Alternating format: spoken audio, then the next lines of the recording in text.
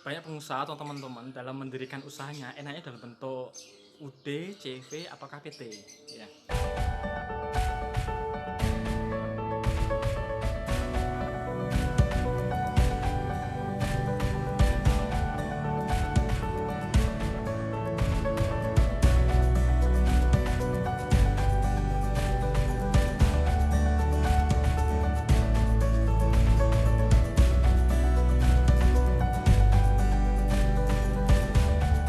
Pertama-tama gini teman-teman, saya mau menekankan kepada teman-teman dalam memilih UD, CV, PT itu sebenarnya relatif.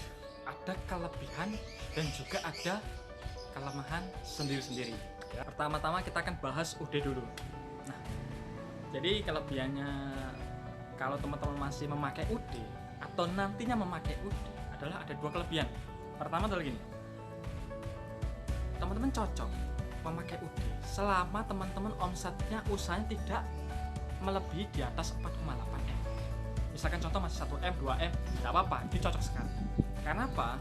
Satu, dalam melaporkan SPT, ya, SPT tahunan itu cukup pencatatan saja.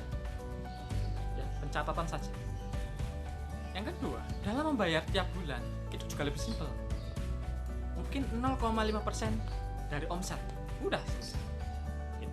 Nah, sekarang kelemahannya adalah apa? Kelemahannya adalah ada 3, teman-teman. Nah, pertama, di saat omsetnya teman-teman udah tembus di atas 4,8, mau tidak mau teman-teman harus wajib PKP. PKP itu adalah pengusaha kena pajak. Artinya ada beban tambahan pajak 10% yang teman-teman harus bayar. Ya kan? Beda ya dengan yang tadi di bawah 4,8 hanya 0,5%. Kalau sudah di atas 4,8 harus ada 0,5% plus 10%.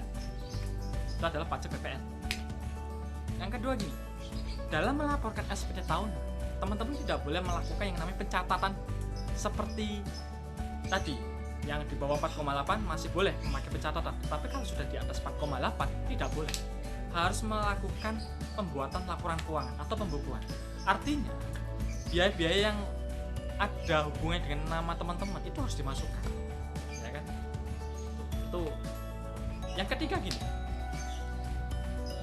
apapun aset atas nama teman-teman ya, di saat dijual kepada orang lain, entah itu mobil, entah itu kendaraan, entah itu perlengkapan barang, entah itu mungkin handphone atas nama teman-teman, dan memang transaksinya punya teman-teman, dijual kepada orang lain, wajib mau tidak mau harus dilakukan pemungutan 10%. Ya. Yang kedua adalah CV. Ada 2 kelebihan yang ingin saya share kepada teman-teman. Pertama gini, di saat teman-teman memutuskan memilih CV dan omsetnya sudah di atas 4,8, itu pajak PPN-nya kan terpisah. Jadi PPN-nya nanti yang dikenakan adalah cukup di CV tersebut. Ya, berbeda yang dengan yang pribadi tadi. Karena pribadi kan sudah di atas 4,8 dikenakan PKP, mau tidak mau aset yang berhubungan dengan pribadi semua harus kena. Kalau dijual harus dikenakan PPN atau ditambahkan 10%. Oke. Yang kedua, kelebihannya CV adalah gini. Misalkan CV teman-teman itu mendapatkan keuntungan setelah dikurangi biaya-biaya. Nah, dan keuntungan itu diambil oleh pemilik, itu akan dibebaskan pajak. Itulah kelebihannya. Nah, sekarang apa kelemahannya CV? Ada 2. Pertama adalah gini. CV ini kan masih satu kesatuan dengan pemilik.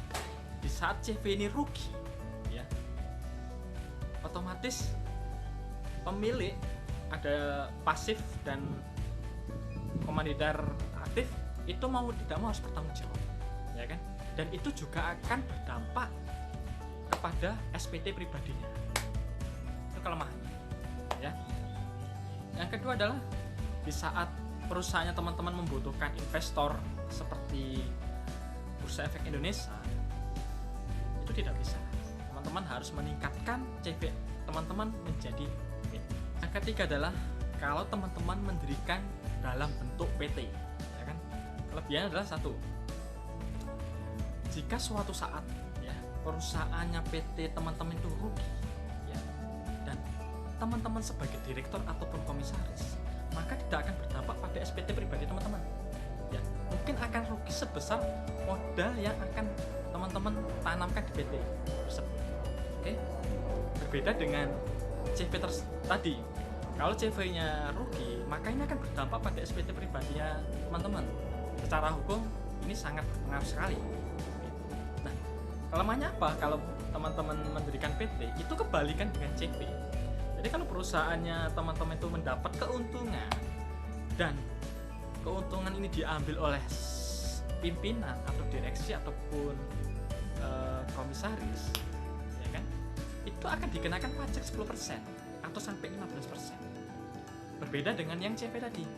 Kalau CV ada keuntungan diambil sama pimpinan tidak kena pajak, yang dibebaskan. Tapi kalau perusahaan itu nanti akan dikenakan pajak. Namanya adalah pajak dividen. Ada 3 saran yang bisa kami berikan kepada teman-teman. Yang pertama adalah gini. Jika omset usahanya teman-teman masih di bawah 4,8 dan rata-rata customer-nya teman-teman adalah retail, teman-teman cukup pakai UD atau perseorangan. Itu sudah cukup. Yang kedua, jika omsetnya teman-teman entah itu di bawah 4,8 atau di atas 4,8 dan customer-nya teman-teman rata-rata CV atau PT, saya sarankan teman-teman pakai CV. Kenapa? Karena rata-rata customer seperti itu akan mensyaratkan satu, minimal paling tidak supplier harus CV. Yang kedua, rata-rata mereka pasti minta faktur pajak. Oke? Nah, saran yang ketiga adalah teman-teman pakai PT kalau teman-teman mempertimbangkan 2 hal ini. Pertama adalah kalau perusahaan teman-teman membutuhkan sebuah trust, kepercayaan untuk customer.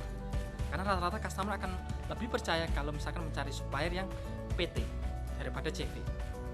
Yang kedua, jika perusahaan usahanya teman-teman udah benar-benar sangat maju, karena perusahaan yang sudah sangat maju dan besar itu membutuhkan yang namanya kekuatan hukum dan struktur di dalam yang lebih teratur.